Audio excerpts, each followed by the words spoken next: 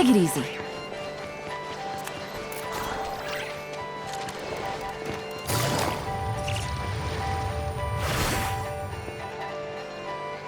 Oh, do you think the others are making good progress? Hope it's all going smoothly. Oh, hey look! They made it back as well! Prince! Lama! How did it all go? All is well, thank you. Nefer and Yehoda had to stay at the curatorium to wrap things up, so they won't be joining us for now. I ran into Miss Anefa and Miss Aino on the way back. Their work is still in progress, so I suspect they won't be back for a while either. You seem rather cheerful today, Mr. Flintz. I certainly am. I achieved what I set out to do and came away with more than I bargained for. Fighting alone can get quite tedious, but I had the good fortune to run into a pair of brave young warriors. We meet again. How have you been? Albedo! What are you doing here? That would be a natural assumption to make. It's also the correct one. These two courageously lent me a hand while I was fighting the Wild Hunt. When they told me they were Servarka's colleagues, it all made sense. And given how people of outstanding talent tend to cross paths, it's no wonder you're already acquainted. So, who's your travel buddy, Albedo? Why don't you come and introduce yourself?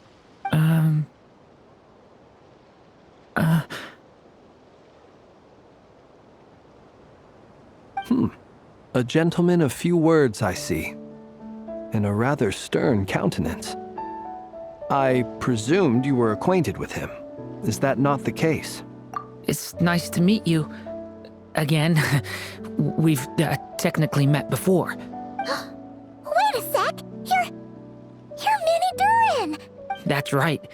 It's me. I'm glad to see you again. By the way, he says it's okay if you drop the mini. Yeah, I'm not as mini as I used to be. Interesting, isn't it? The first step towards blending into human society appears to be reflecting on whether one's name really reflects who they are. Wow! You look so different! In a good way, of course. It's great to see you looking so healthy. Thank you, Paimon. And although you're as mini as ever, I understand that diminutives don't always convey endearment. I'll be sure to simply call you Paimon as a sign of my great respect for you. Wow! You're such a smooth talker now. Paimon could get used to this. From now on. Personally, I think our little Paimon is the perfect size. When people call her Little Paimon, it's just because she's so adorable that they can't help themselves. If that's not a sign of endearment, what is? You're absolutely right, Miss Lauma. My brother still has a long road ahead of him when it comes to understanding human relationships. Anyway, speaking of long journeys, didn't Columbina, leave with you? How come she isn't back yet? She's been catching up with old friends. Wouldn't be surprised if she stopped for a cup of tea or 10 on the way back. Uh-oh. People are talking about me. Hope it's nothing negative. Judging from your expressions, I'm guessing it all went well? It's getting crowded here. I'll go grab some chairs. No need. This is a job for an alchemist. I'll whip some up momentarily. Thank you for your hospitality, ladies and gentlemen, but I was merely escorting my friends back. I'll be meeting Sandrone shortly, as we still have some things to discuss. It's been a pleasure, everyone. But this is where I'll say goodbye. We really appreciate your help. Oh, come on. Spare the formalities. I'm just glad I could help out some true friends. I understand. Well, bye for now, Harlequino.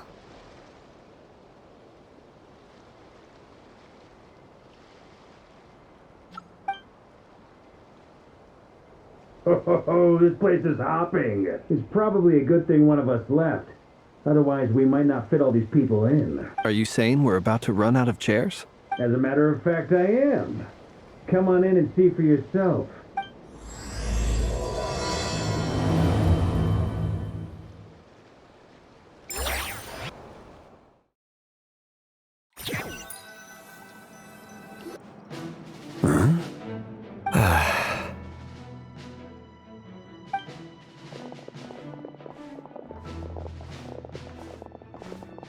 I overheard your little chit-chat outside, by the way. With Miss Columbina's colleague gone, we should be back to the original crew plus the other colleagues I brought in.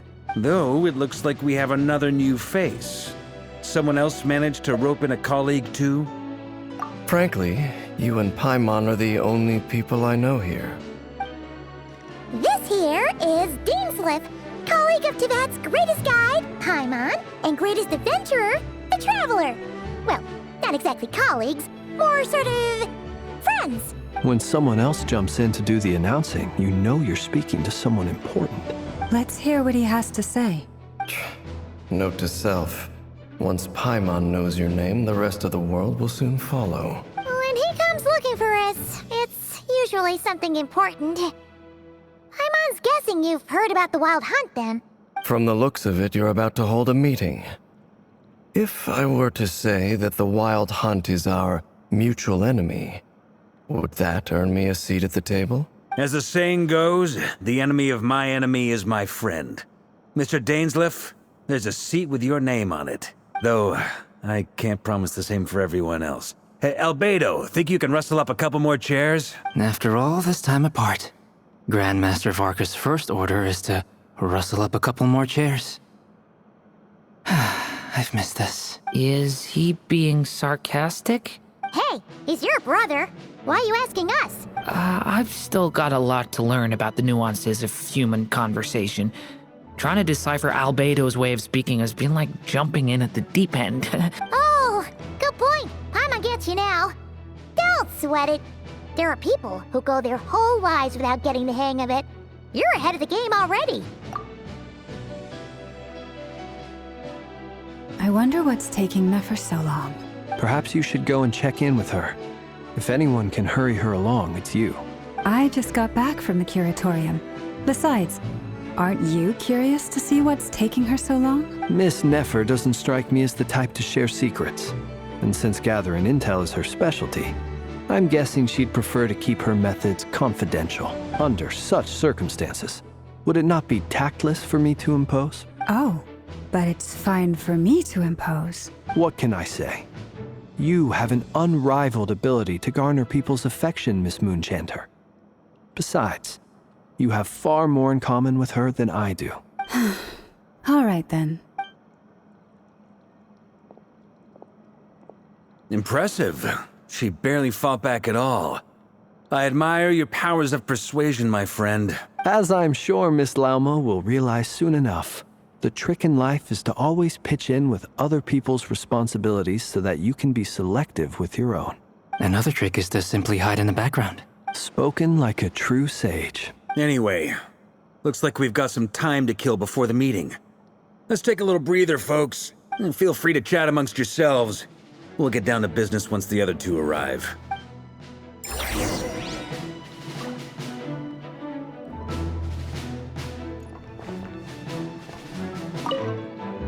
You're both awfully quiet. Why don't I start us off with an icebreaker? Much obliged. Have either of you ever had your portrait painted? If not, I'd be glad to help. That sounds like a lovely idea. You know how to paint, then? I dabble occasionally. He's an excellent painter. Tables, chairs, people, dragons, you name it. He'll paint it for you. I'm flattered. If I ever get the chance, I'd like to give it a try myself. I'll bear that in mind. Anyway, how about you, Durin? What sort of portrait would you prefer? Oh, I'd be fine with anything. Whatever style feels best to you. Very well. Then I'll play it by ear. You can replicate any style I want? I can try. If you show me a sample, I'll do my best to match it. Thank you. In that case, I'll dig up some reference material for you.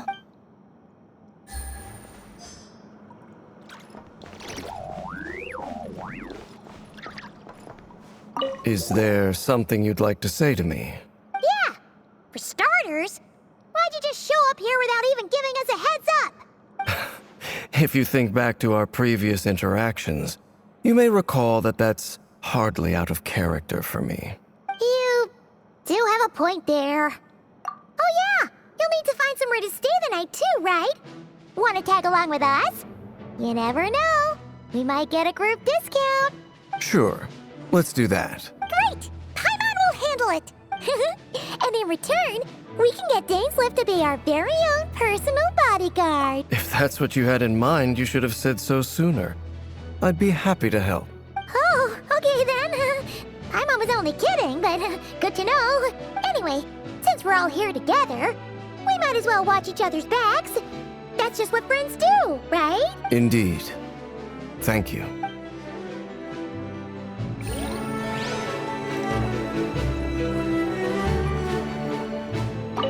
Truth be told, I can't remember the last time I was in a meeting with so many people. You're not alone there, my friend. The Lightkeepers also struggle to bring everyone together for a serious discussion. I don't doubt that. I've only ever met two Ratniki, one being you, and the other being that young guy, Itlua. Itlua is a good apple. I'll give him that. He's kind, honest, and regularly delivers supplies to my lighthouse. A true Ratnik to the core. In that sense, he puts me to shame. So you're what? A fake Ratnik? That's what it sounds like you're saying. But I get the feeling that's not quite what you meant. Come on, why the awkward silence? Sorry. I'm not even gonna bother trying to hide it. You've known all along, haven't you, my friend? Now that was an awkward silence. Let's just keep this between ourselves. Probably best if Itlua doesn't know, huh? That goes without saying. Gotta be careful what you share with youngsters, after all. Anyone else in the know? Let me guess.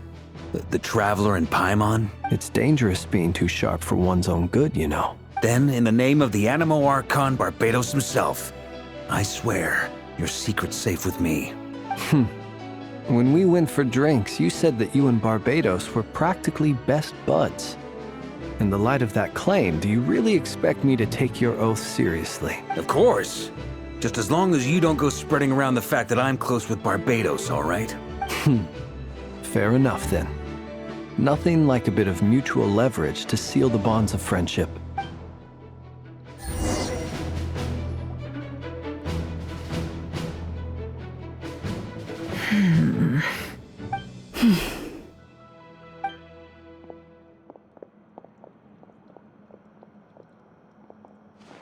Ah, Miss Nefer. You made it after all. But what about Yehoda? I'm here to give you an update on how things are going on our end. Once this is over, I'll be heading straight back to continue my work. I left Yehoda back at the curatorium to watch over things while I'm gone. So much for just this once. Shh! Not so loud! We're on a roll here. What if she remembers and suddenly decides to back out? Did you say something, Mr. Varka? Huh? I didn't say anything. Right, Flints? Must have been a frog. They get so noisy around here at nighttime. It's like they're putting on a concert in the background. Anyway, before we begin, there's a few introductions to make. Let me start by saying that it's an honor to be speaking before so many distinguished colleagues and collaborators. First up, we have Miss Lauma. As Moon Chanter, she's the leader of the Frost Moon Scions, a local religious community in Nodcry. Then there's Miss Nefer, boss of the Curatorium of Secrets, an intel gatherer extraordinaire. Nefer is leading the investigation into Rerer's background, assisted by Yehoda and Lauma. From the little I've heard, they're making some great progress. Over here, we have Mr. Flints, a Ratnik and guardian of the abandoned lighthouse. In our last operation, he courageously distracted the Wild Hunt to buy time for the rest of us. For those of you who've never met, this is Mr. Albedo, a renowned alchemist and captain of the Knights of Favonius investigation team. By his side is a new face for us all, myself included, Mr. Durin, who has come to lend his aid. Next up, we have the Moon Maiden and former Fatui Harbinger, Miss Columbina. Then we have the Traveler, who's earned more titles than I could possibly hope to list out, so I'll spare you the rundown.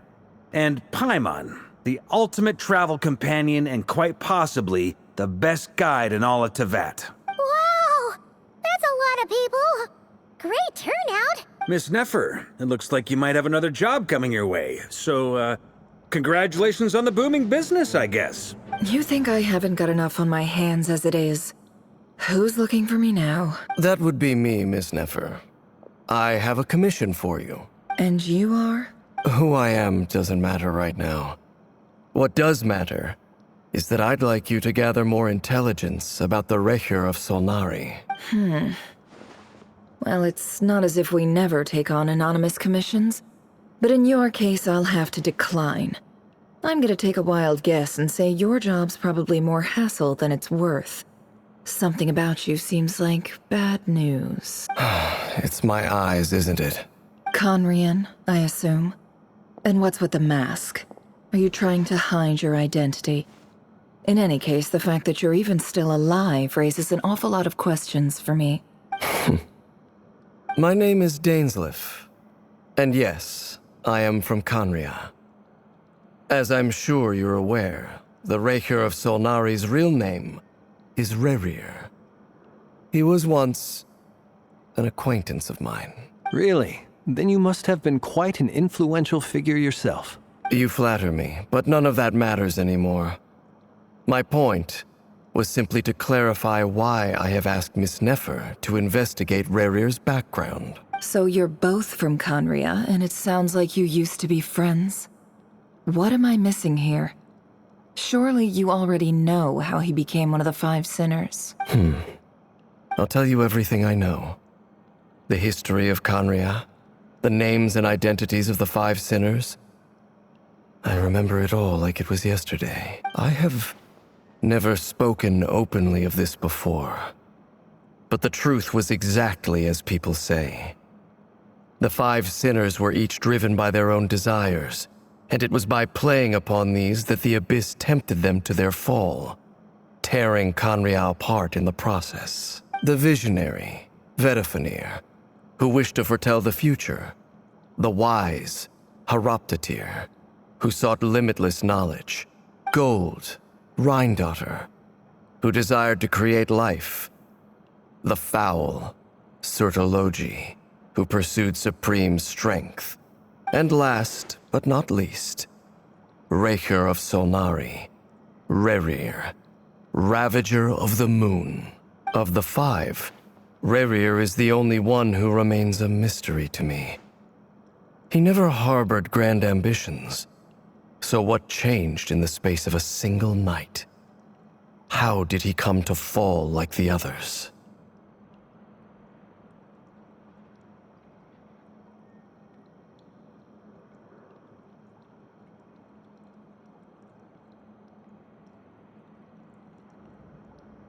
In other words, you're saying that his change came as a shock to you, and you have no idea what actually happened?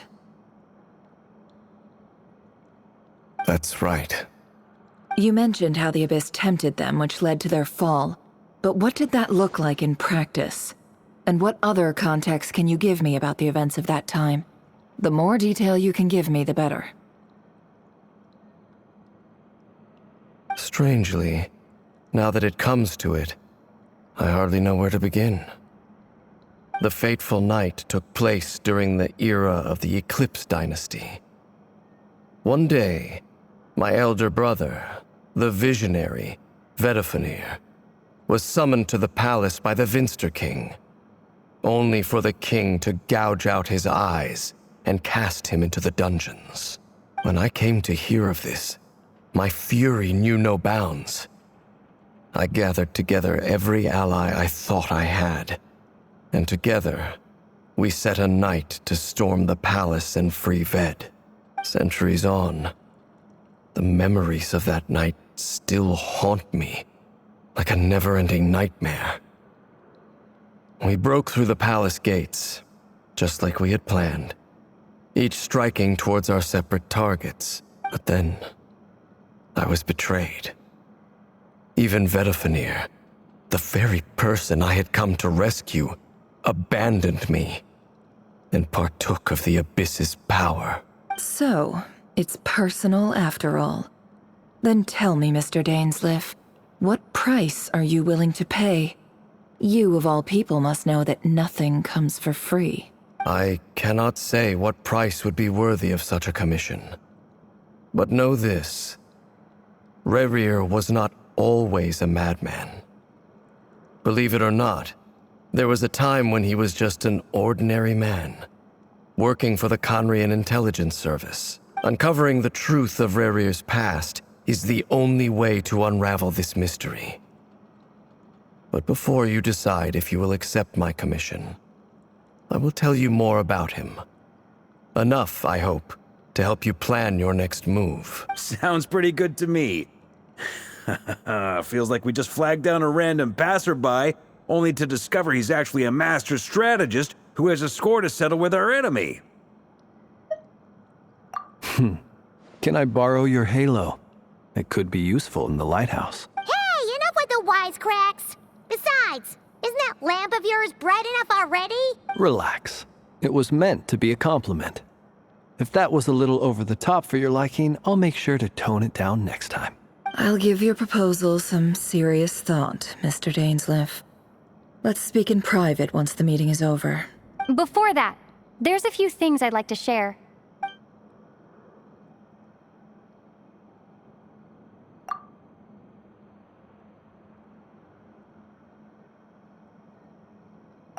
Now that we've united the hearts of the three moons, your power should be greatly enhanced. But it seems like that hasn't happened yet. I believe it will take a little longer. You've done so much for me, so I want to be completely honest with you all. Even though I'm doing a lot better now, the truth is, my recovery will likely be an ongoing process. From the moment I was born, my power has been slowly ebbing away. And that is because Tevat has never accepted me. Even with the moons united as one, it seems my rejection cannot be undone. So far, I have yet to find a solution. It may turn out to be a problem that will plague me until the day I finally leave this place behind. Even so, I will do everything in my power to help you drive out the Reihir of Solnari. As Arlecchino put it, this is not about chasing the spoils of victory.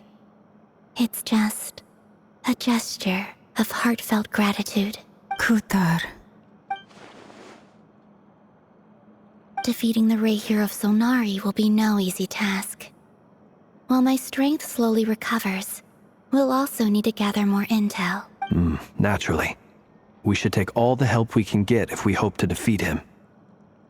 We've considered several viable plans now, but our choice hinges on the answers to a few key questions. Is it even possible to kill Rerir?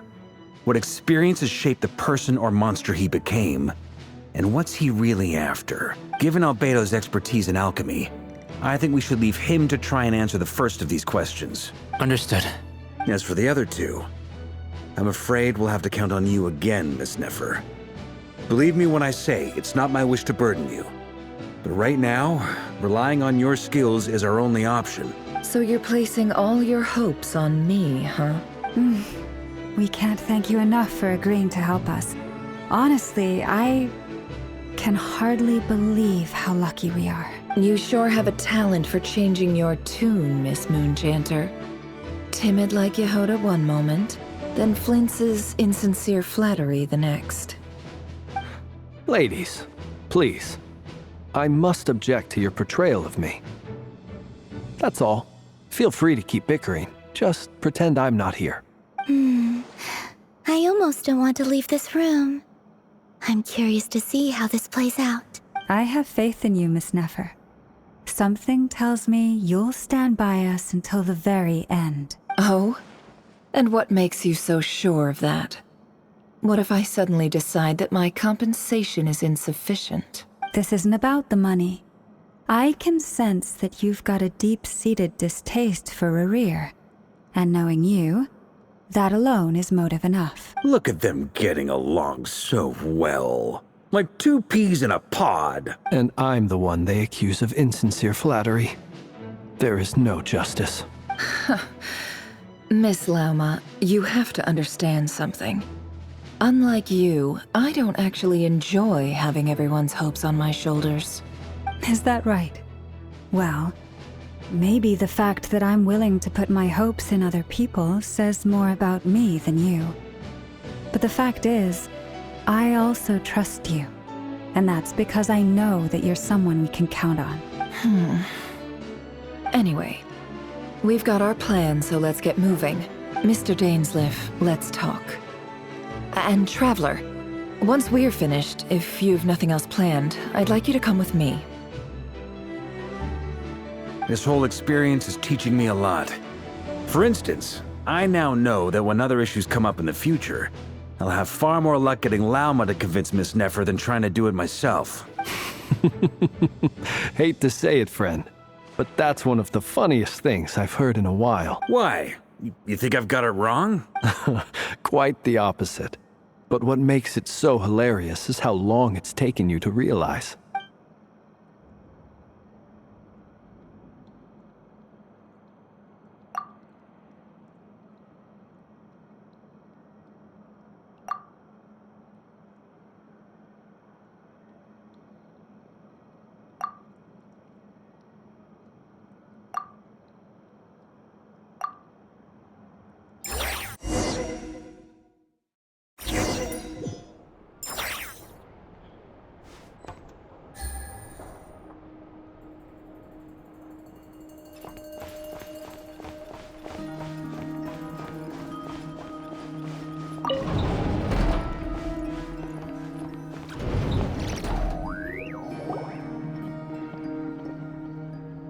Thank you for waiting.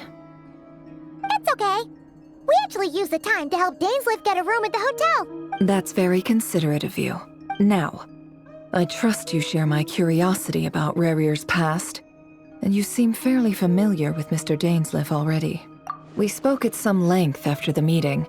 He was the one who suggested I should invite you to join this operation. He feels confident that these secrets will be safe with you. Dane has a lot of faith in us, that's for sure. Likewise. I appreciate that you got right on board without interrogating me about why I invited you. It shows that you trust me to explain everything in due course. That's because we know what you're capable of. We appreciate you too, Nefer. You might have been forced to help in the beginning, but this time, it was your choice. That's one way to put it. Another is this, that once a decision's been made, it's set in stone. After that, my only goal is to see it through. All right, so here's how it is. I'm going to access Rarier's thoughts again using my confidential method. Now, I'm sure you've seen things like this before on your travels, so you're surely well aware of how dangerous it can be. The reason I've gathered you all here is to ensure my safety during the proceedings. I plan for us to enter the fragment of his consciousness together, and once inside, I will focus on searching for information. Think of this as a diving expedition into someone's brain. If I'm the diver, you are my safety equipment, tasked with keeping me alive while I'm under the surface. Once the ceremony begins, we will all be spying on privileged information. But in the interests of safety, you must remain absolutely silent at all times. We will discuss our observations after the ceremony has concluded. Lastly, any individuals of a weaker constitution are advised not to partake in the ceremony. In any case, Paimon has her own job to do, which requires staying in the room but not joining the ceremony.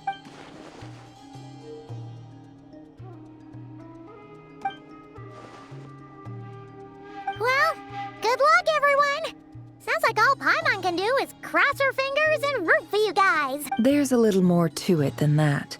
I was being serious when I said you have a job to do. While the rest of us are inside Rarier's mind, it's imperative that we have a team member on the outside. In the event that something goes wrong, you will be our first responder.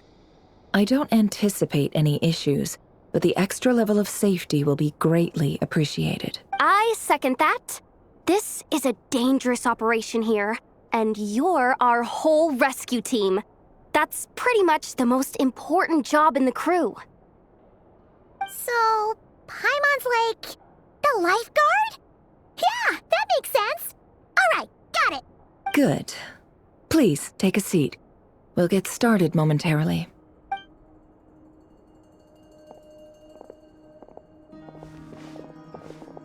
So, did Mr. Dainsliff tell you anything else? He told me that he believes Rarier kept some big secrets in his life. He's not sure that they were the cause of his eventual downfall, but he's asked me to uncover what those secrets were all the same. But surely you're not planning to go through with this, no matter the cost. If you think that, you'd be overestimating me. I'm a businesswoman, not a mercenary. But I do have my own professional reasons for taking this job.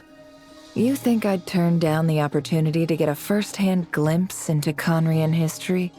No chance. Well, as long as you don't let morbid curiosity get in the way of safety concerns, we're good. We'll do whatever we can to help you. You're such a killjoy.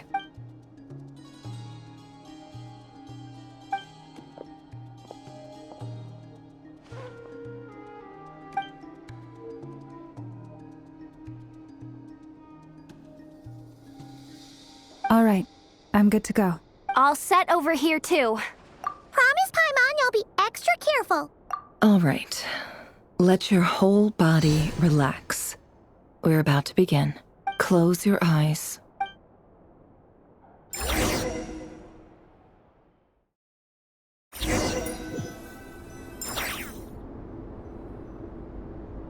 Phew. Could this be his office? Pretty standard setup.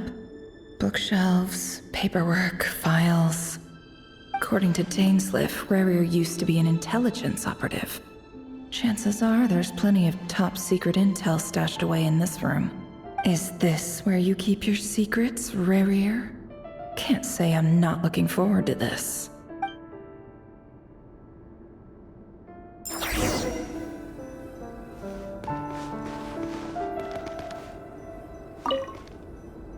A file tucked inside a folder. The title reads, Dear Breakfast Shop Owner. It's a list of names, but at this stage I have no idea who any of them even are.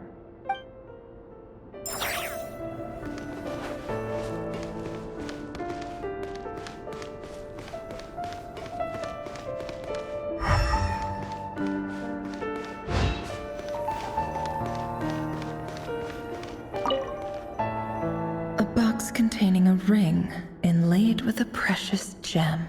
Must be for his girlfriend.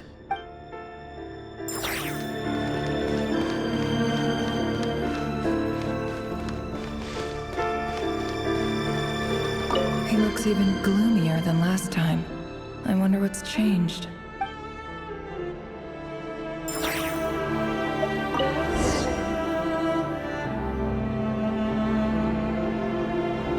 Today's files are in. Time to wade through them, just like usual. Male, 51. Occupation, cook. Confirmed Crimson Moon descendant. Has maintained frequent contact with other descendants over the past year. Neutralized.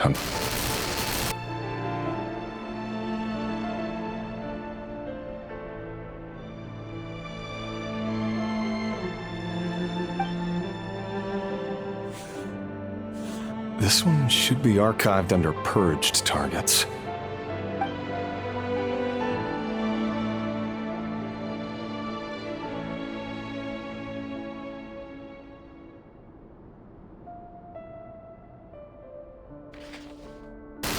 Female, 23.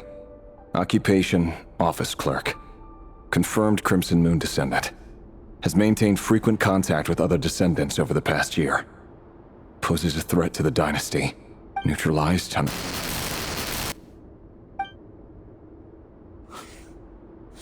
Another one for purged targets. Sounds like she was that other man's daughter.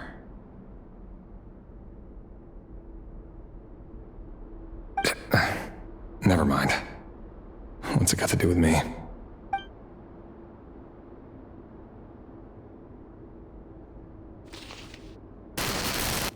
Male, 40. Occupation, teacher. Confirmed Crimson Moon descendant. Has been observed making contact with other descendants during the past year. Poses a threat to the dynasty. Neutralized on...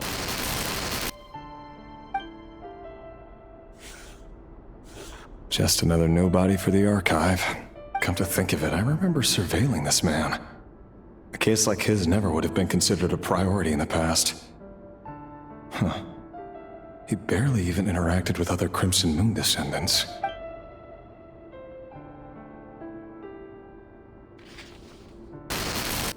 Female, 16. Occupation, none. Orphan and confirmed Crimson Moon descendant. Has been observed making contact with other descendants during the past year. Poses a threat to the dynasty. Neutralized on...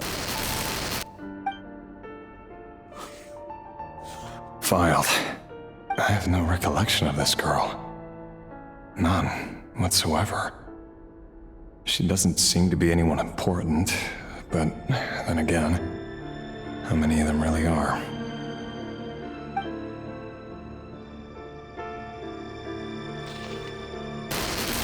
Female, 13. Occupation, none. Orphan and confirmed Crimson Moon descendant.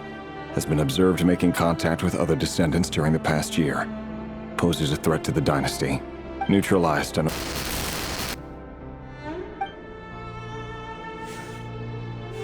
Filed.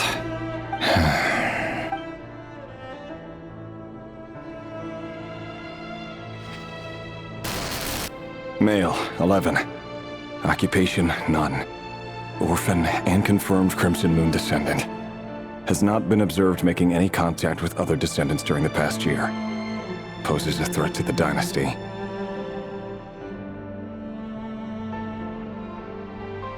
Neutralized on...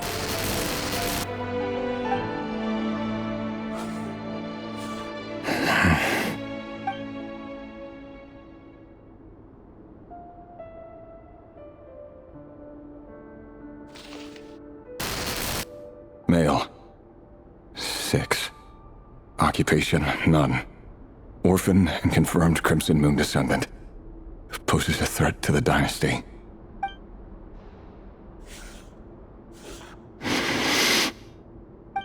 It's funny, isn't it? Your job is becoming both harder and easier at the same time, depending on how you look at it. Sooner or later, the Crimson Moon descendants will be completely wiped out. But as their numbers dwindle, they become harder and harder to track down. That's not how it is. Fortunately, however, most of the able-bodied adults have already been taken care of. The remaining weaklings will be increasingly easy to deal with. No! No. My job is to ensure the survival of the Eclipse Dynasty. And the only way to do that is by eliminating any and all potential threats. It's a perfectly legitimate line of work. Every single one of my colleagues can attest to my fairness. And if my friends were aware of the facts, I know they'd back me up too. Assuming, of course, that they were aware of all the facts.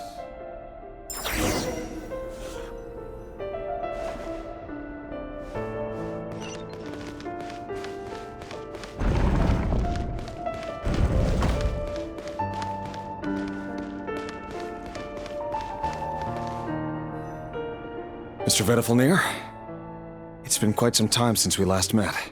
Rerir, I trust you're here because you have something important to discuss. Forgive me. I wasn't tuning out, it's just, I noticed you didn't even phrase that as a question. As if you knew I was coming. Tell me, does someone in your position ever feel the need to ask questions at all? It is indeed within my power to foresee certain things. Things like your arrival. I was just thinking. It won't be long before I'll be inviting both you and Dane to my wedding. That isn't a lie, but nor is it a fact as such. It's a wish, isn't it? No fooling a prophet, is there? Ever since that day we met for drinks, I knew it was only a matter of time before you came looking for me. Does it feel good? knowing how the future will unfold. I'm afraid the notions of good and bad fail to capture the complexity of what such a power entails. Once you've seen what will come to pass, it can be all too easy to succumb to fear and melancholy. Unless, of course, you learn to abandon these feelings. You fear my silence, and long to hear the words I left unspoken that day. That's right. You must have noticed my reluctance to broach the subject, and the reason is simple.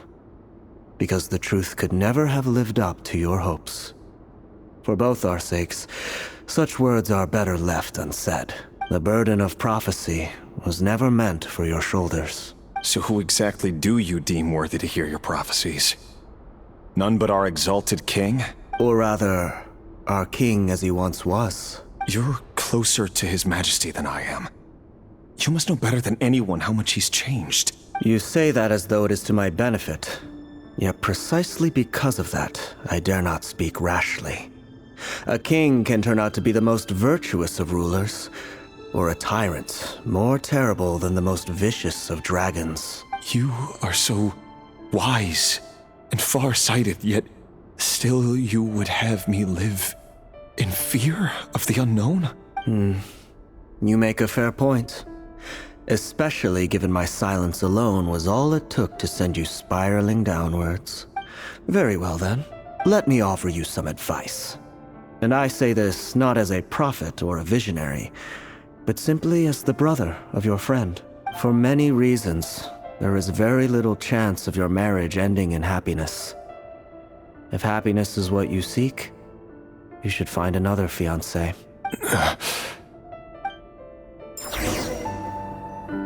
Hold on. There's that same black fog again. Could this memory belong to Thelindis? Guess I better tread carefully.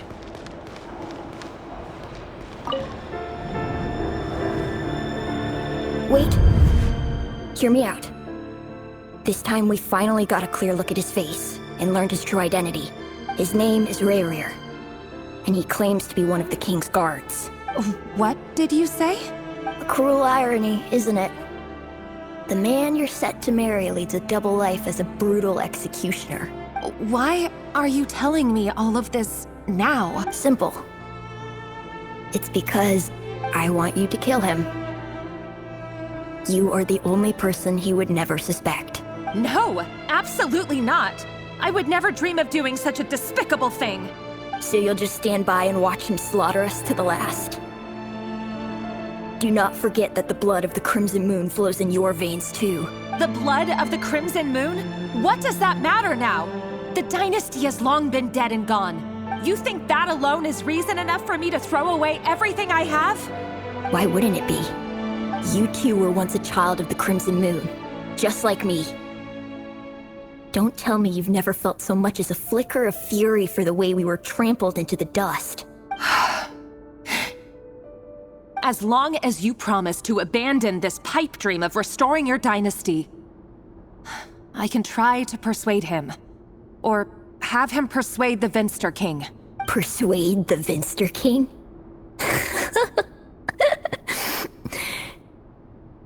Do you even know why he's so obsessed with hunting us down? Why he keeps trying to force us to hand over our secrets over and over again? Or why we refuse to give up on restoring the dynasty? The Vinster King. A blind fool. His eyes clouded by powers from beyond this world. A petty little man with a miser's heart. And he dares to sit upon the throne? Mark my words. Sooner or later, Conria will fall. And it will be his doing. If you can't bring yourself to do it, so be it. Just you watch. It won't be long before calamity descends upon us all. The Rayrir of Solnari. That really is quite a secret you've been keeping from me, Rayrir. But who am I to talk? Am I really any better? I've kept my own past a secret this whole time too. Love should be built on honesty. But ours was born from lies. And yet, is it really so wrong to hide things that would only make life harder? If we don't cover up the parts that no one else should see, how can we go on pretending to be normal?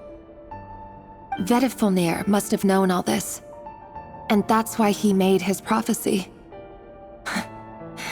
In the end, nothing stays hidden forever, but I won't just sit by and watch this disaster unfold.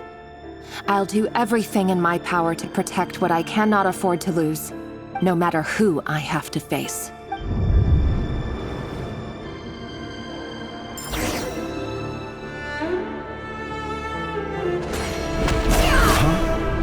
Was that Rerir who just walked past the window?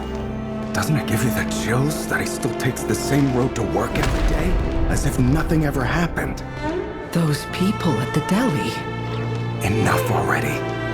They're clearly pretty taken by their own disguises, so just smile and play along. Pull the rug from under beasts like that, and you'll risk having your throat torn out. Deli. They're talking about those people from the opposition. Right. I'd almost forgotten they used to run a deli. People of no consequence always vanish so easily. And no one even remembers them.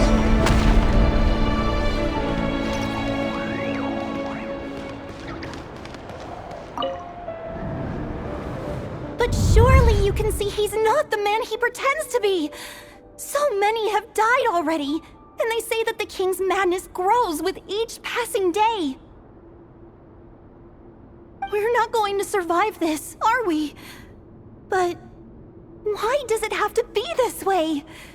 Do we really deserve to die just because of the blood that runs through our veins?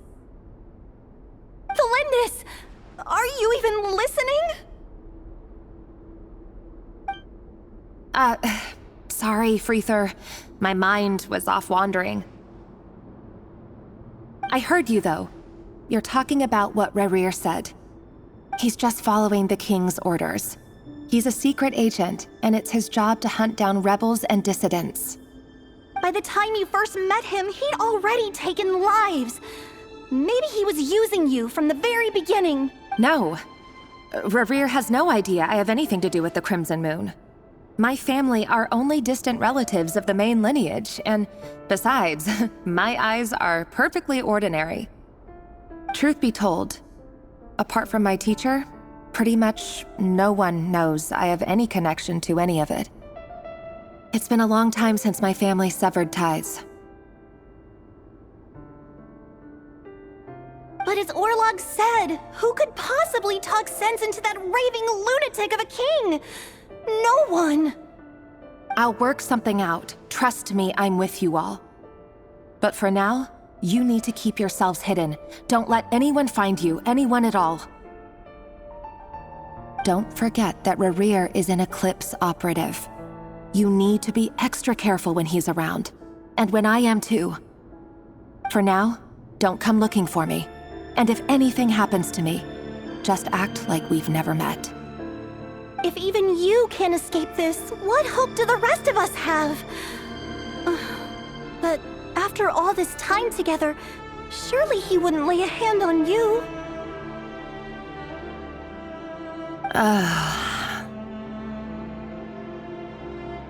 I won't speak in his defense, nor can I give you a clear answer to that question. But I'll do everything I can to put an end to this. Here, hold on to this. If an opportunity to escape presents itself, take it. You'll be glad you took some spare change. You call that change? But what about you? I've got a job, and there's still money coming in. But you can't go anywhere right now. Please think about yourself for once.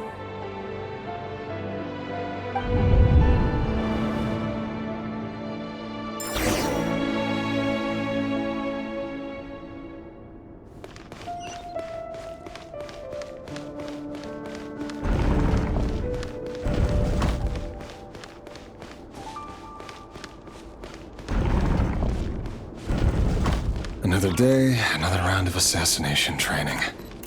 Training ground is just beyond this hidden passageway. When you kill a person, Doesn't it bother you when you end up covered in their blood? Why would it? Aren't we all just walking blood bags? But not everyone is accustomed to hunting down others like prey. You've been a hunter for so long now, you seem to have forgotten that most people don't just go around killing one another. Leave me alone.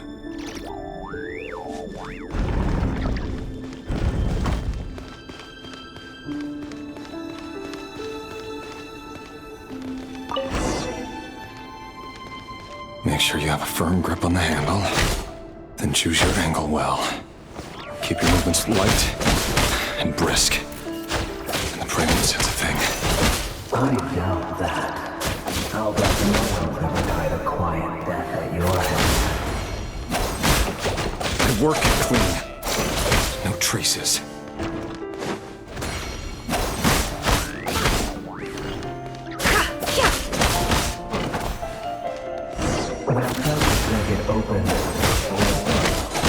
The king just happens to need you right now.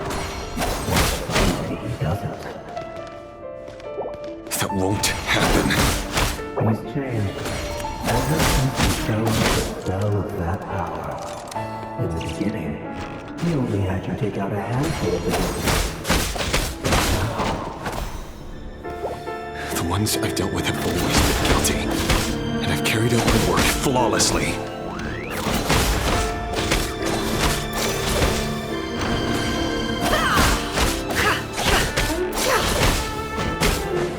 Can't hide the truth.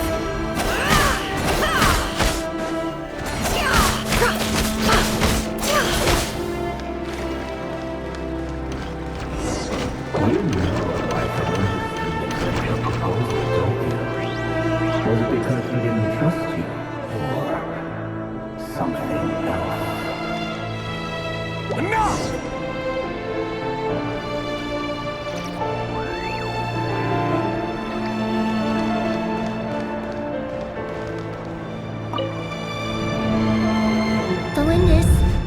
Do you still remember Orlog? Orlog. The boy who was pretending to sell flowers.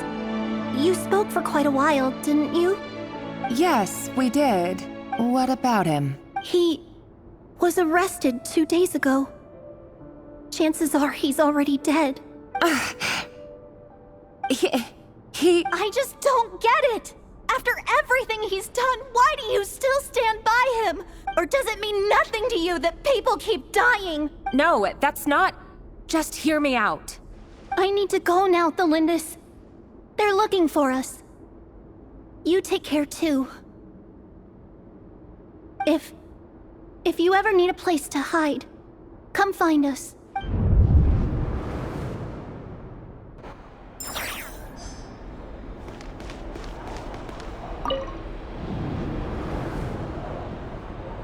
Author Thelindis. Over the course of this week, the research object was subjected to interference for a total of 47 hours for experimental purposes. The results are as follows. All subjects of observation that were sent inside have now...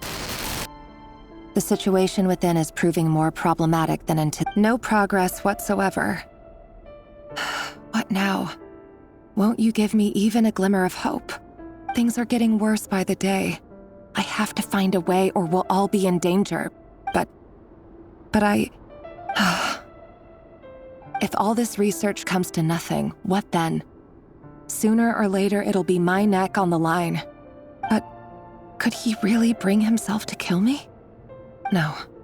Surely he wouldn't have the heart.